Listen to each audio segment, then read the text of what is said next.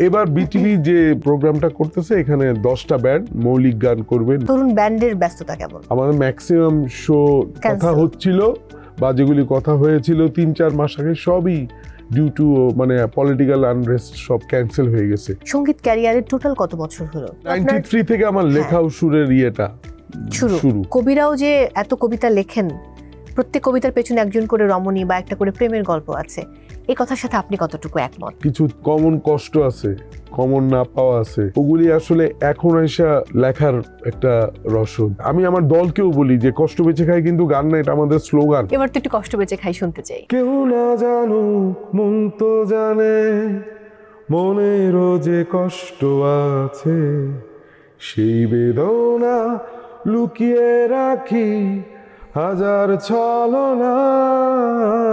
তরুণ মুন্সির লেখা গানের সংখ্যা কত হবে? আনরিলিজড হলে 50-60টা ডায়েরি আছে, অনেক গান আছে। গানের টাইটেল থাকবে সাপ।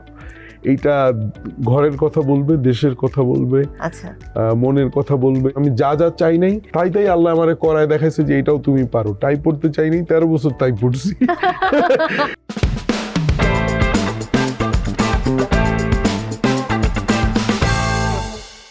আজকে একটু অন্য মুডে আছি। চলে যদি যাবি দূরে স্বার্থপর, আমায় কেন জোছনা দেখালি। এরকম স্বার্থপর আমাদের প্রত্যেকের জীবনেই বোধহয় থাকে। আবার একটু মনে পড়ছে কিছু কিছু নম্বর, আনলাকি 13, অবনী বাড়ি আছো কি। সো এই নামগুলো যখন চলে আসে, এই শব্দগুলো যখন আমরা স্মরণ করি, তখন একটি মানুষের নাম খুব চলে আসে এবং সঙ্গীতে তার মুন্সিয়ানা আমাদেরকে খুব মুগ্ধ করে। নামেও কিন্তু মুন্সি শব্দ রয়েছে। দর্শক, আমাদের সঙ্গে আজকে রয়েছেন আমাদের খুবই ভালোবাসার সুরকার, সঙ্গীত পরিচালক, গীতিকবি এবং সঙ্গীত শিল্পী তরুণ মুন্সি। সবাইকে ওয়েলকাম করছি আইসিসিএল প্রেজেন্স টিবিএস স্পটলাইটের সঙ্গে আছি। মৌ, কেমন আছেন? আলহামদুলিল্লাহ। Guitar missing? গিটার মিসিং কারণ গলা ভালো না, অনেক ঠান্ডা টাইম যাচ্ছে আর কি। বাট ঠান্ডা লাগলেও শিল্পীদের কোনো অনুষ্ঠানে ক্ষমা নেই, কারণ একটু হলেও গাইতে হয়, যদিও সেটা আলোচনা বা আড্ডার অনুষ্ঠান। তারপরেও কেমন সময় যাচ্ছে? শীত কেমন কাটছে? শীত ভালো, শীত তো এনজয় করি আর সময় ভালো যাচ্ছে আলহামদুলিল্লাহ। বেঁচে আছি, চারপাশে যা দেখি তাতে এখনো শুকরিয়া করি আল্লাহর, যেভাবে আছি আলহামদুলিল্লাহ। তরুণ মুন্সি, তরুণ ব্যান্ড, তরুণ ব্যান্ডের কি খবর? তরুণ ব্যান্ড এখন আসলে ওই শো নিয়েই বেশি ব্যস্ত, কারণ মানে আমরা ব্যান্ড ফেস্ট করলাম বিটিভির জন্য, একটা আমাদের জন্য খুব একটা মানে বড় ব্যাপার। এটা আমার নিজের ক্যারিয়ারের জন্য অনেক বড় প্রাপ্তি, কারণ আমি আসলে লিখি সুর করি অনেক বছর সবার জন্য, তো আমার জন্য আসলে কেউ লিখে সুর করে বা আমিও ওইভাবে মানে নিজের সাজাই না কখনো অন্য কথায়, অন্য সুরে, আমার অন্যের সুরে অন্যের কথায় এইবার যেটা নিজেকে সাজানো হয় না। হ্যাঁ, এইবার হচ্ছে যে বিটিভির ব্যান্ড উৎসব 2025 হচ্ছে। এইটা একটা ইউনিক ব্যাপার যে বিটিভিতে আমরা সাধারণত আমাদের রিলিজ গান পারফর্ম করি লাইভ অর প্রচলিত। হ্যাঁ, প্রচলিত। এবার বিটিভি যে ব্যান্ড শো যে প্রোগ্রামটা করতেছে, এখানে 10টা ব্যান্ড মৌলিক গান করবে নতুন। তারা প্রথম অন এয়ার হইলে বুঝতে হবে যে এই গানটার ওই যাত্রা শুরু হইলো। তো এটা বিটিভির একটা বিরাট বড় উদ্যোগ। আমি নিজেও খুব মানে অবাক হয়েছি যে এত বড় একটা প্রজেক্ট একসাথে করা কিন্তু ডিফিকাল্ট। আর এটার মধ্যে সবচেয়ে বড় কারিশমা বা মজার ব্যাপার যেটা, প্রত্যেকটা গানই হচ্ছে শহীদ মোহাম্মদ জঙ্গি ভাইয়ের লেখা, আর সুর হচ্ছে ফুয়াদ নাসির বাবু। আমার ভাগ্যে মানে খুব সুন্দর একটা গান পড়ছে, ভালোবাসার শহর। আসলে হয়তো ভাবছে যে আমার লেখার যে আদল ওইরকম কিছু একটা দিয়ে দিই। তো আমি প্রথমে খুব মানে রিস্ক ফ্যাক্টরে ছিলাম যে আমরা আসলে কিভাবে কি করব। তারপর আসলে আল্লাহর রহমতে আমরা মানে গানটা শেষ করি, অ্যাপ্রুভও হয়ে যায়, শুট টুট হয়ে গেছে। আমরা যে কোনো দিনই মনে হয় অন এয়ার হবে। তো এইটা আসলে তরুণ ব্যান্ডের জন্য পাওয়া, যে জঙ্গি ভাইয়ের লেখা থাকলো আমার জীবনে, আমার দলে, আমার কণ্ঠে, আমাদের মিউজিকে। ফুয়াদ নাসির বাবু ভাইয়ের সাথে অন্যের জন্য কাজ করছি, কিন্তু আমার জন্য একটা সুর করা কিন্তু এটা একটা আর উনি মানে ওনার সুর করার সবচেয়ে বড় কারিশমা হচ্ছে বাবু ভাইয়ের কর্ড প্রোগ্রেশন এত রিচ, এত মানে ভাস্ট। তো আমরা ওটা তুলতেই অনেক কিছু শিখে ফেলছি, কিন্তু মানে আমারও মনে হয়েছে আমি হয়তো একটু অন্যরকম লেখা, অন্যরকম সুরে দলের মধ্যে একটা গান রাখা, এটা একটা বিরাট ব্যাপার। ডেফিনেটলি। ওখানেও কি আপনি যেরকম সবসময় বলেন যে বিরহ ছাড়া গান হয় নাকি, দুঃখ ছাড়া গান হয় নাকি? তাহলে এই যে এই গানটার মাঝেও কি আমরা দুঃখ বিরহকে আবিষ্কার করব? মানে প্রেমের একটা মানে পাওয়া না পাওয়ার একটা ইয়ে আছে, কিন্তু আমি যে টিপিক্যাল স্যাড সংগুলির প্রতি গুরুত্ব দেই ওইরকম কিছু না। আচ্ছা, ওই টাইপের থাকবে না। হ্যাঁ, মানে ভালোবাসার শহর তো এখানে আসলে ভালোবাসার কথাটাই বলা হয়েছে অ্যাফার্মেটিভ ওয়েতে আর কি। আচ্ছা, আমার মনে আছে লাস্ট টাইম আমি তরুণ ব্যান্ডের পারফরমেন্স দেখেছিলাম আমাদেরই একটা শোতে। হ্যাঁ, তারপর কিন্তু আবার অনেকটা দিন কেটে গেছে। সো যেহেতু এখন সিজন, তরুণ ব্যান্ডের ব্যস্ততা কেমন? আমাদের আসলে এই মুহূর্তে ব্যান্ড কমিউনিটির ব্যস্ততাই মনে হয় অনেক কম, কারণ একটা সিকিউরিটির পারপাস আছে, ওপেন এয়ার কনসার্টের একটা ইস্যু আছে। না বললেই না, পলিটিক্যাল একটা আনরেস্টেড টাইম যাচ্ছে। তারপরে এই যে পলিটিক্যালি যে একটা কিলিং এর মতো একটা যে অ্যাক্সিডেন্টটা হয়ে গেল ওই হাদির, সো এটা মানে এটা মনে হয় আমাদের 16 ডিসেম্বরের উপরেও অনেক প্রভাব ফেলছে। আমাদের ম্যাক্সিমাম শো কথা হচ্ছিল বা যেগুলি কথা হয়েছিল 3-4 মাস আগে, সবই ডিউ টু মানে পলিটিক্যাল আনরেস্ট, সব মানে পোস্টপোন বলা না, আমি মনে করি ক্যান্সেল হয়ে গেছে। কারণ এই ইস্যুটা তো আর ডিসেম্বরের পরে তো আর ডিসেম্বরের কোনো ইস্যু নাই আর কি। যদি আমি তরুণ ব্যান্ডের প্রসঙ্গ বাদ দেই, ব্যক্তি আপনি তরুণ মুন্সী, সঙ্গীত ক্যারিয়ারের টোটাল কত বছর হলো? আমি আসলে বড় ভাইদের হাত ধরে 90 থেকে নেমে গেছি। যখন 90 তো ওই টাইমে মানে 80s 90s ওই টাইমটা কিন্তু 93 থেকে আমার লেখা সুরের ইয়েটা শুরু দেয়া শুরু আর কি মানুষকে। সো আপনি কি ফার্স্টে এই লিখবেন শুরু করবেন এই ভাবনা থেকে এসেছিলেন, নাকি আপনি সঙ্গীত শিল্পী বা রকস্টারই হতে চেয়েছিলেন? আমি আসলে রকস্টার হইতে চাইছি কিনা জানি না। আমার যেটা মনে হয় যে সবাই তো গান পছন্দ করার মতো, আমিও স্কুল লাইফ থেকে বন্ধু বান্ধবের সাথে ওই ডেস্ক পিটায় গান গাওয়া গ্রুপেরই ব্যাক বেঞ্চার একজন আমি। তারপরে আমার যেটা হয়েছে যে আমার এই যে লেখার এইটা আসলে আমার আমি যে লিখতে পারি এটা আমার নিজেরও সময় লাগছে আবিষ্কার করতে। বাট এই কাছের বন্ধুদের ইংলিশ গানের বাংলা করে শুনাইতাম, তখন ইনস্ট্রুমেন্টটা এত সাহায্য নিতাম না, ওই প্রিয় ব্যান্ডগুলির ইয়ে করতাম। তারপরে আস্তে আস্তে ওই লেখাটাকে আবার আমি নিজের মতো করে সুর করছি। এরকম দু একটা করার পরে আমার বন্ধু বলল যে মানে আরো কিছু যেন আমি করি। আর সে আমার আসলে বন্ধু হলেও আমার গিটারের ওস্তাদ, এবং আমাকে মঞ্চে সে প্রথম সাহস দিয়ে তুলছে সাইফুল। আমার সাথে দীর্ঘদিন ট্র্যাপে এবং তরুণ ব্যান্ডেও ও পারফর্ম করছে, এখনো আমার সাথে একদম অতপ্রত। হয়তো নিজের ব্যস্ততার জন্য এখন বাজায় কম আমাদের সাথে, বাট ওয়েল কানেক্টেড। তো আমি আসলে আমার বন্ধুদের মানে ওস্তাদদের মধ্যে প্রথম সারিতে ফেলি হচ্ছিল সাইফুলকে, কারণ আমার ধারণা হচ্ছে যে ও আমাকে যেভাবে শিখাইছে, আমার বাবা মা ওইরকম বাসায় আমাকে পড়াশোনার জন্য করছে, উৎসাহ উদ্দীপনার ব্যাপারে। আর ওইখান থেকে আমার এলিফ্যান্ট রোডের একটা বিরাট সার্কেল মিউজিক লাইক করে। আপনি এখনো তো স্টিল আপনি এলিফ্যান্ট রোডেই আছেন। না, আমার ডেড বডিও ইনশাআল্লাহ যেন এলিফ্যান্ট রোড থেকে বের হয়, এটাই 50 আরো যা আল্লাহ বাঁচায়। আমার দাদার তো শহীদ হয়েছিল, বাবার লাশ নিয়ে বেরোইছি, আমারটাও নিয়ে ইনশাল্লাহ কেউ বেরোবে। এই প্রসঙ্গে যেতে চাই না আমি, আপনার দীর্ঘায়ু কামনা করি। তবে ওই সিঙ্গারটা গান গাওয়া ভালো লাগতো, পরে দেখছি যে নিজে কথাও সুর করি। এইটা আমি কি খুব লাকি যে আমি মানে আমি আমার হয়তো এটা রহমত ছিল আল্লাহর, যে এরকমই রহমতই তো ছিল যে আমি লিখতে পারি, সুর করতে পারি। ওইটা শুরুর দিকেই যাদের সাথে একটু একটু ক্লোজ হইতো আমি শুনাইতাম, পরে উনরা বলতে এটা কার গান, তা আমি তখন কিছু একটা বলে বেরোয় যেতাম, কিন্তু আমি বুঝতাম যে ওনার এটা গান মনে হয়েছে। তা আস্তে আস্তে আমি যে মিউজিক ডাইরেক্টর যে জুয়েল বাবু, দুইজন আছেন, তো জুয়েল ভাই আমার নেইবার ছিল, মানে আমি ওনার ছোট ভাইও আমার ফ্রেন্ড ছিল, তো জুয়েল ভাইয়ের সাথে আমি কানেক্ট হই। পরে তো আমার কথাও সুর আমি শেয়ার করা শুরু করি। আমি ওনার কাছে গিটারেরও অনেক কিছু দেখছি, যেহেতু মিউজিকটা আসলে অনেকটা কিন্তু অবজারভেশনের উপরে। কারো মানে তুমি যে যন্ত্রটা বাজাও সেটা সামনে কেউ ভালো বাজাইলে তুমি শিখার সুযোগ তাকায় থাকলেই আছে।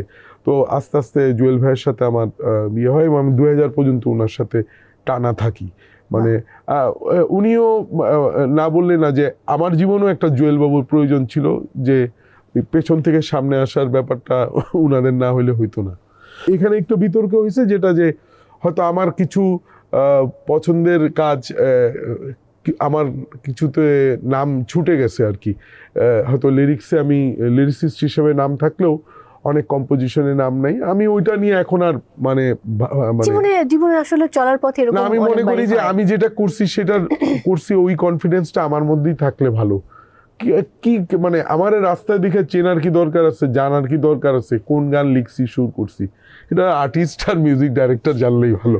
তো এখন তো আমি আসলে নিজের কাজ সবই নিজে করি, এমন না যে আমি বাইরে কাজ করি না, বাট এখন আমি পুরাপুরি একটা ইন্ডিপেন্ডেন্ট ওয়েতে কাজ করি, লিখি, সুর করি। একটু গান শুনতে চাই, কারণ অনেকটা সময় কথা বলছি, গান না শুনলে দর্শক আমার উপর মনোক্ষুণ্ণ হবে। চলে যদি যাবি তোরে স্বার্থপরের মুখটা ছোট করে শুনি। চলে যদি যাবি দূরে স্বার্থপর, আমাকে কেন জোছনা দেখালি, হবি যদি নাও ভাসিয়ে দেশান্তর, পাথরের বুকে ফুল কেন ফোটালি, ও আমারই সীমানা সে তো তোর ছায়া, সেখানে করে বিচরণ দুঃখের নিবাস, রাখিস কি খবর তোর আঘাতে জমে গেছে নীল আকাশে জমিনে বেদনা,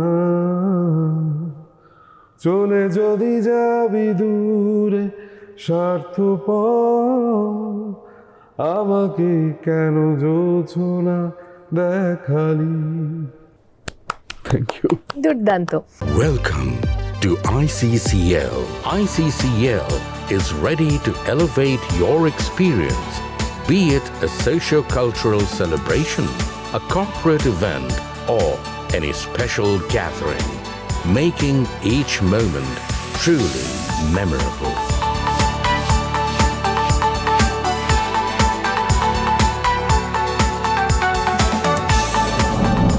ICCL, elegant venue, delectable dining. এই স্বার্থপরের গল্পটা শুনতে চাই। স্বার্থপরের আসলে গল্পটার পরে আর অনেক স্বার্থপরের গল্প আছে, এই গল্প নিয়ে আর ঘাটাইতে চাচ্ছি না, এমন কথা ওইটা এখন কিন্তু একটা সম্মানের জায়গায়। আচ্ছা, ওকে বুঝলাম। মানুষ এরকম বলে যে প্রত্যেক প্রেমিকা বা প্রেমিকের কাছ থেকে মানুষ শেখে, সমৃদ্ধ হয়, জানার কোনো শেষ নেই। বাট যতই বলি না কেন, এমনটা বলে যে কবিরাও যে এত কবিতা লেখেন, প্রত্যেক কবিতার পেছনে একজন করে রমণী বা একটা করে প্রেমের গল্প আছে। এই কথার সাথে আপনি কতটুকু একমত? না, মানে ইন্ডিভিজুয়ালি গান ওয়াইজ কোনো চেহারা আছে এরকম ভাবি না, তবে ওই কিছু কমন কষ্ট আছে, কমন না পাওয়া আছে, কমন ভালো সময়ের স্মৃতি আছে, ওগুলি আসলে এখন এসে লেখার একটা রসদ, এইটা আমার মনে হয়। তবে এইটা হলো একজন লেখকের বা আর্টিস্টের মনে হয় সামনের মানুষের উপরে বেশি অবজারভেশন থাকলে ভালো, কারণ অন্যের কষ্ট বুঝতে পারাটা কিন্তু সবার কষ্ট বুঝতে পারার মতো। তো আমি সবসময় চেষ্টা করছি এরকম যে আমার গানের ভাষাটা যেন ছেলে মেয়ে দুইজনেরই ইয়ে হয়, ছেলে হয়ে সবসময় মানে মেয়েদের বিপক্ষে লিখবো এরকম কিন্তু কিছু না। যেমন স্বার্থপরের ব্যাপারটা কিন্তু তাই, আমি হয়তো পুরুষ হিসেবে মেয়ের কিছু বর্ণনার একটা শ্যাডো আছে, কিন্তু আসলে ওই স্বার্থপর কথাটা আসলে জেন্ডার নাই কোনো, একটু কমন জেন্ডার টাইপের আর কি। এটা ছেলে মেয়ে এবং ওটা যে শ্রোতা যে শুনবে সে তার মতো করে ভেবে নেবে। হ্যাঁ, কারণ আসলে যার সাথে যা ক্ষতি হয়েছে ওই অপোজিশনের লোকটার এসে স্বার্থপরই ভাবে। এই যে এত গান লিখেন, এই গান লেখানি কখনো ভাবির সাথে মানে মনোমালিন্য হয়নি? না, কারণ সে আমাকে গানের মানুষ মনে করেই আমার সাথে জার্নিটা করছে। তারপরে মানে আমার যে একটা লম্বা সময় এয়ারলাইনে ছিল, সেটা আসলে আমার কাছে মনে হয় আমার দুনিয়াতে আমি প্রমাণ করছি যে আমি মিউজিক বাদেও অন্য কিছুতেও ভালো করতে পারি এই জন্যে, কারণ আমি সম্মানের সাথে চাকরি করছি, এবং যে চাকরি মানুষ ছাড়ে না, যে চাকরি মানুষকে ছেড়ে দেয়, সেই চাকরিকে আমি ছেড়ে চলে আসছি। এটা আমি খুব বোল্ডলি বলি, কারণ আমি জীবনে দুইটা জায়গায় আমি চাকরি করছি। এখনো তাদের সাথে আমার ওই সময় যে সম্পর্ক ছিল আরো ভালো সম্পর্ক হয়েছে, এবং তারা হ্যাপি। আমি তরুণ মুন্সি, এখন তারাও হ্যাপি, বলছে বাইচা গেছে। তরুণ মুন্সির নাম কি শুরু থেকে তরুণ মুন্সি নাকি অন্য কোনো নাম ছিল? আমার সারনেম হচ্ছে হলো জাহিদ হোসেন, আমার দাদির দেয়া নাম হচ্ছে তরুণ, আর আমি যেহেতু মুন্সি ফ্যামিলির ছেলে, আমার ফেসবুকের ইয়েটাতে আমি তরুণ মুন্সি শখে দিছিলাম যে আমার আমার দাদা দাদি ফার্স্ট গার্জিয়ান, তবে আমার দাদি আমার একটা ইউনিক নাম রাখছে। আমি মুসলমান ঘর হিসেবে আমি, অনেকেই আমার দাদা ডাকে এবং হিন্দু ধর্ম মনে করে, কিন্তু আমি বলি না, আমি ভাই এখন জাহিদ হোসেন তরুণ, এইটাকে আমি আসলে কেন জাহিদ নামটা আমি ইউজ করতে চাইনি, তো তরুণটাই যেহেতু ডাক নাম ছিল, তো ওই ফেসবুকে তরুণ মুন্সি করলাম। কিছু সেলিব্রিটি আর্টিস্ট, বিশেষ করে আসিফ ভাই, সব জায়গায় ইন্টারভিউতে আমার সাথে গেলে বা আমার নাম বলে তরুণ মুন্সি বলাতে এইটা মানে আরো বেশি মনে হয় অফিসিয়াল হয়ে গেছে। আর এখন আসলে ওই আমার ভালোই লাগে যে আমি মুন্সি বাড়ির ছেলে, এইটা বলতে আমার ভালোই লাগে। মানে অনেকে এই টাইটেলটা নিয়ে অনেক ডাউট আছে, বা আমার নিজের ফ্যামিলিতে আছে, আমার মেজু খালার যেখানে বিয়ে হয়েছে, তো ওইটাও মুন্সি ফ্যামিলি। অনেকে আর কি ইউজ করে না, কারণ আমার বাপ চাচা কোথাও বোল্ডলি বলে নাই যে আমরা মুন্সি ফ্যামিলির। কিন্তু আমার কাছে মনে হচ্ছে দাদারাই তো আমি দেখি নাই, কারণ 71-এ উনি শহীদ হোসেন, উনি ইপিআর এর ছিলেন। তো যার জন্য আমার মনে হয়েছে যে আমি যদি কোনো সময় এটা অ্যাড করি, আমি তো মিথ্যা কিছু অ্যাড করি নাই, যেটা আমার বাপ দাদা করে নাই। আমি আমার দাদার বা বাবার মনে হয় নাই যে মুন্সি দরকার নেই, ওই মোহাম্মদ লাগানোর মতো অনেক কিছু রাখে। আমি আমার ওই কাজিনের কথা বলি, মুন্সি আশিকুল হক, মুন্সি আশরাফুল হক, এরকম করে ওদের নাম রাখা, মানে ওই মুন্সিটাকে রাখার জন্য। নরমালি আমার হকটা না রাখলেও হতো। আমার এখন ভালো লাগে, আমার মানে মুন্সি ভাই বলে অনেক সময়, আমার খুবই ভালো লাগে। অন্য প্রসঙ্গে যাব। আপনি যাদেরকে পেয়েছেন, অর্থাৎ যারা আমাদের মানে এই ব্যান্ডের জগতে যারা আসলে প্রথিতযশা মানুষ, বা যারা আমাদের এক একজন কিংবদন্তি, এক একটা ইনস্টিটিউট, তাদের সান্নিধ্য আপনি পেয়েছেন। আমি জেমস ভাইয়ের কথা বলতে পারি, শ্রদ্ধা আব্বাসের কথা বলতে পারি, আর অনেকের নাম সেখানে চলে আসবে। পদ্ম পাতার জল, যদি সেই প্রসঙ্গে একটু যাই। পদ্ম পাতার জল আসলে ওই আমি তখন মানে খুব বেশি মিউজিক করতাম, মনে হয় 24 ঘন্টার মধ্যে ঘুমাইতাম কতক্ষণ জানি না, কিন্তু আমার গানের পোকাটা তীব্র ছিল। মানে যখন বন্ধু বান্ধব বিভিন্ন খেলায় ব্যস্ত ছিল, আমি কিন্তু দেখতাম যে খেলায় আসি কিন্তু নাই, এরকম আমার আস্তে আস্তে আমার না নেওয়াই শুরু করছে। তা আমার মনে হয় যে ওই সময় আমার লেখাটা এমন ছিল, আমি আসলে যখন কাউকে কোনো গান দেই, আজ পর্যন্ত আসলে খুব কমই হয়েছে, হয়তো এত গানের মধ্যে 10টা গান বলতে পারবে যে সিকোয়েন্সের কারণে আমি ওয়ার্ড চেঞ্জ করছি, ওই যেগুলি টাটকের ওইগুলি আর কি। বাট আমি সলিড যাকে গান দিছি, তো আমার ওই সময় কিছু সলিড লেখা আল্লাহর রহমতে বেরোইছে। পদ্মপাতার জল, সরলতার প্রতিমা, স্বার্থপর, কষ্ট বেঁচে খায়, এগুলি আসলে কি মানে কষ্ট বেঁচে খায় আমি যখন লিখছি তখন আমি বুঝি নেই যে আমি একটা স্লোগান, আমার জীবনের একটা স্লোগান। আমি যেমন এখন স্বার্থপর না গিয়ে কষ্ট বেঁচে গাই এই জন্যে, কারণ কষ্টটা আসলে বেঁচে খায় না, মিডিয়াতে কাজ করে এমন কেউ নাই। আর যারা এমনি কাজ করে খায় পরিশ্রম, ওই কষ্ট তো আসলে সব কাজেই আছে, কিন্তু কষ্ট ইমোশনের জায়গাটাকে ক্যাশ করেই যে আমাদের যাত্রাটা অনেক বেশি নিখুঁত, এটা বাকিরা কেউ বুঝবে না। হ্যাঁ, আমি এটা মানে ফিল করি যে আমি আমার দলকেও বলি যে কষ্ট বেঁচে খাই কিন্তু গান না, এটা আমাদের স্লোগান, আমরা এটা করবোই। যেমন ব্যান্ড ফিস্টে আমি স্বার্থপরটা বাদ দিয়ে আমি কষ্ট বেঁচে খাই করছি, কারণ আমার মনে হয় যে আমার এই বয়সে না ওই স্বার্থপরের খোঁজার আর সময় নাই, আমার নিজের কষ্ট নিয়ে বেশি ঘাটাঘাটি করি। মানে আমি সবসময় বলি যে আমার পছন্দের মানুষ সে আমার আর পছন্দের নাই, এইটা বা আমার ফেভারেবল পজিশনে নাই বলে আর পছন্দের থাকবে না তা না। আর যেমন আমি আমার মেয়ের জন্মের পরে যে আমার অনুভূতি হয়েছে, আমার আম্মা আমারে বলছিল এইবার ঠিক হয়ে যাবে, আমি তখন কথাটা ভাবছি কি আম্মা বলছে ওটা হচ্ছিল মানে যেদিন জন্মাইলো, কিন্তু আমি আস্তে আস্তে দেখছি যে ঠিক হয়ে গেছেন। হ্যাঁ, আমি 15 বছরে যে ঠিক হয়েছে, এইটা আসলে 35 বছরে আমার বাসায় কেউ পারে নাই। এবার তো একটু কষ্ট বেঁচে খাই শুনতে চাই। কষ্ট বেঁচে খাই।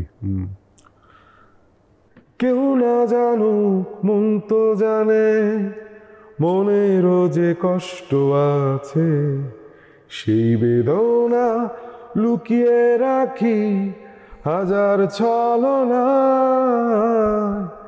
মানুষ বলেই জীবন খাতায় ভুলের হিসেব পাতায় পাতায়, দূরের থেকে ভালো সবই কাছে গেলে নাই।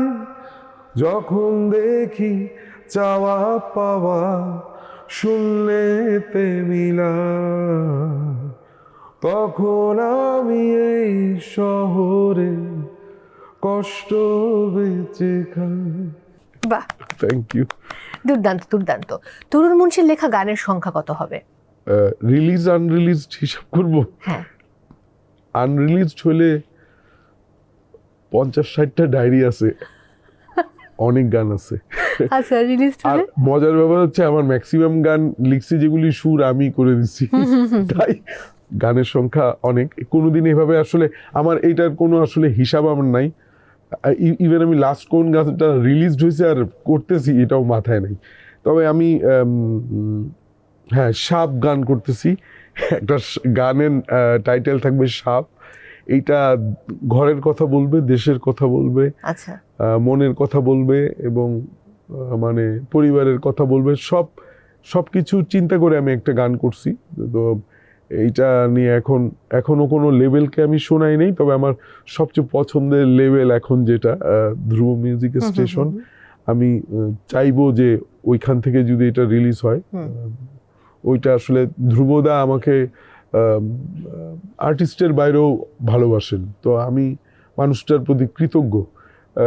যেমন আসিফ ভাই, কিছু আছে আমাদের সার্কেলের, সোহেল মেহেদি, আমাদের ডেইলি আমাদের একবার দুইবার বাড়ি লাগে।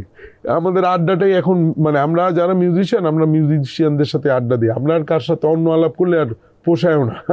তো এই জন্য আমাদের মনে হয় যে এই বন্ডিংটা, যে আমাদের দেখছি যে একই রকম সমস্যা সবার, আমরা মানসিকতাটা এক, আড্ডাটা দিয়ে আপনারা ভীষণ মজা পান। তো সাপ গানটা মনে হয় আমি মানে চাইছি একটা ইউনিক টাইটেল হোক। আমি শুনি নাই কোথাও যে সাপ নিয়ে এরকম টাইটেল আছে গানের বাংলায়। অ্যাকচুয়ালি এটা তো একটা রূপক অর্থে আপনি সাপ বলছেন। হ্যাঁ, কিন্তু মানে সাপটা খুব প্রপার ইয়েতে আছে, কারণ প্রথম লাইনটাই হচ্ছিল সাপ ঢুকেছে ঘরে, সাপ ঢুকেছে সাপ। তো আমি দেশের কথাও চিন্তা করছি, ব্যক্তি জীবন, ঘরের কথা, সমাজ, রাষ্ট্র, সব জায়গায়। আমার নিজের উপলব্ধি, আমার আশপাশে দেখলে যা মনে হয়, ঘরে বাইরে রাস্তায় আড্ডায়, পত্রিকা, অনলাইন রিলস বা ওই অনলাইনের যত নিউজ দেখি, তো আমার মনে হচ্ছে ডাইরেক্ট ওই ভাষায় কথা আমি নাই বলি, রাজনৈতিক ব্যক্তিত্বরা যা করে আমি সিঙ্গারের ভাষায় বলি, মানে শিল্পীর ভাষায় আপনি সেই সমস্যাগুলো তুলে ধরছেন।